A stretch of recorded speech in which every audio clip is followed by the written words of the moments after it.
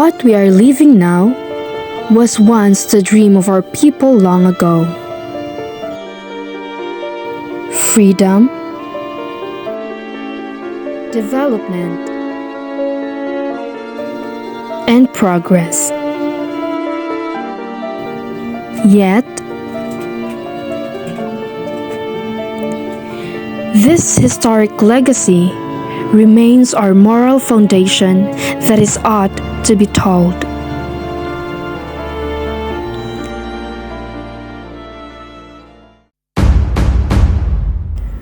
Forever.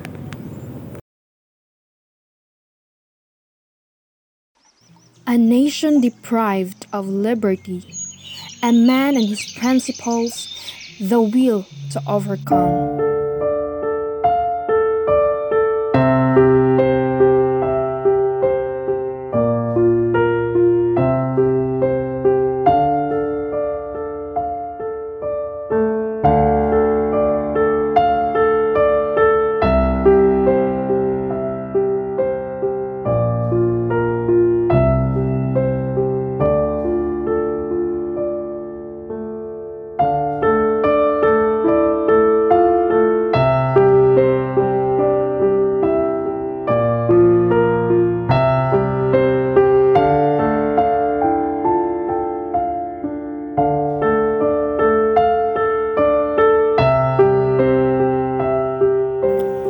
Grit and prowess, ink and letters, all that it takes to be the man known for the next 100 of years.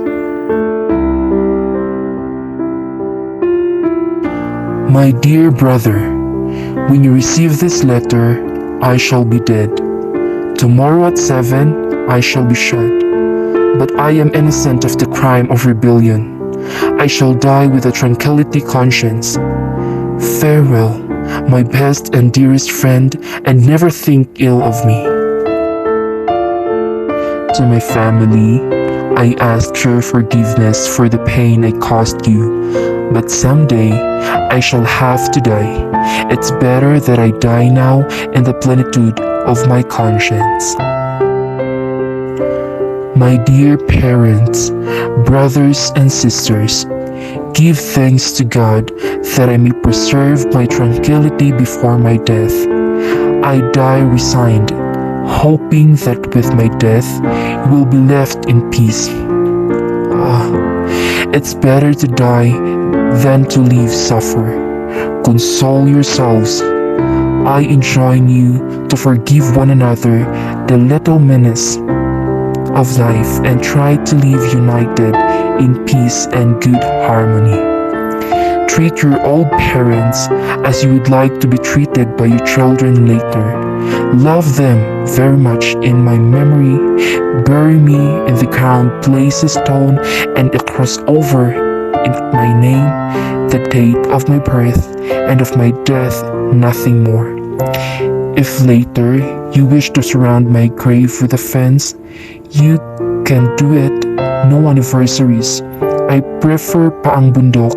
Have pity on poor Josephine. Mother, when I die, please ask for my dead body right away, because they might throw it anywhere. Bury me underground, place a rock and a cross on my burial ground with my name, the death of my birth, and my death. That would be all, Mother, no other else. If you want to put a fence around, you may do so. No anniversaries. Then Trinidad came in, and Jose Rizal handed over to her gift and said, I received this from the Pardo de Traveras. There's something inside. Then Trinidad walked out with her mother. Later on, the family found what Rizal meant was on the gift and read it. It was the hero's farewell poem that was smuggled successfully out of his prison area, and which soon became a priceless gem in the Philippine literature. Exiled and imprisoned, yet his deep-rooted love and faith burns through amidst limitations. He continues to have a character of boldness, defying barriers, instilling valor. My dear brother, it has been 4 years and a half that we have not seen each other, or have we addressed one another in writing or orally. I do not believe this is due to lack of affection, whether on my part of yours, but because of knowing each other too well, we had no need for words to understand each other. Now that I am going to die, it is to you that I dedicate my last words, to tell how much I regret leaving you alone in life, bearing all the weight of the family and our old parents. I think of how you have worked to enable me to have a career. I believe that I have tried not to waste my time. My brother, if the fruit has been bitter, it is not my fault. It is the fault of my circumstances. I know that you have suffered much because of me.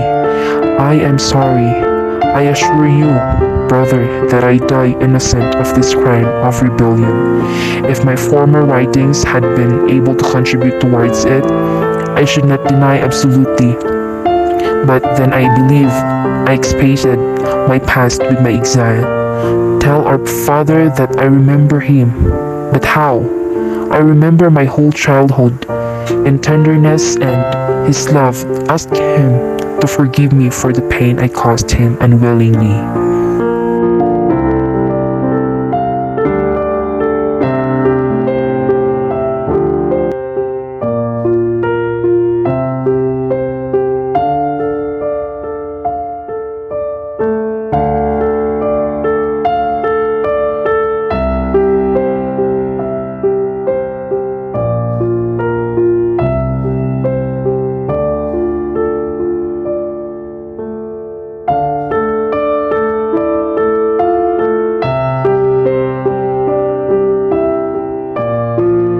Josephine, this is for you.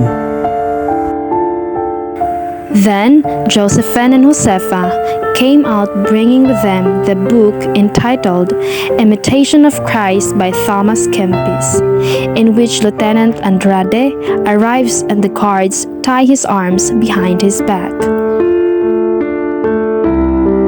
My most beloved Father, forgive me for the pain with which I repay you for your struggles and toils in order to give me an education. I did not want this, nor I did not expect it. Farewell, Father, farewell. Then he took another piece of paper and wrote the exact hour of the day and addressed it. Thus, 6 o'clock morning, 30th of December 1896. To my very beloved mother, Doña Teodora Alonzo, Jose Rizal. Rizal's final letter, addressed to his mother, was filled with words only the hour and date was registered. To his very beloved mother, he emotionally left his beating heart. Words could only serve unworthy of that sacred silence, that special channel where a mother and a son can communicate at a supreme higher level. The empty page was symbolically full, and finally he did let go. And yet, he died.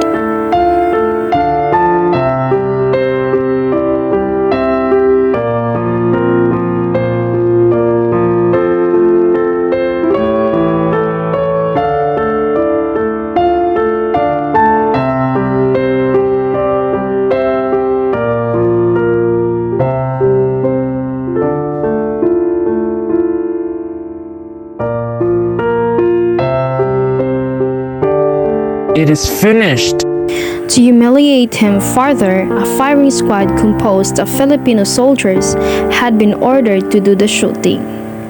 Behind the Indios stood a line of Spanish soldiers ready to ensure with their rifles that the Filipino soldiers do their job.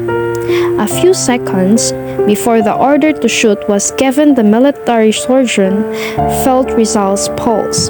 It was astonishingly normal for a man who had only a few minutes to live and knew it. I have not been a traitor to my country, nor the Spanish nation. My last request, let me face the firing squad.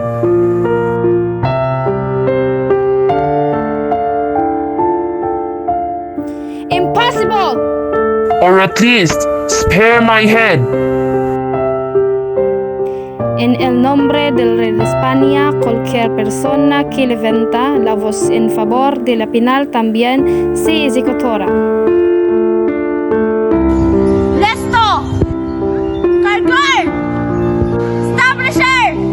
Consumatum est! ¡Fuego!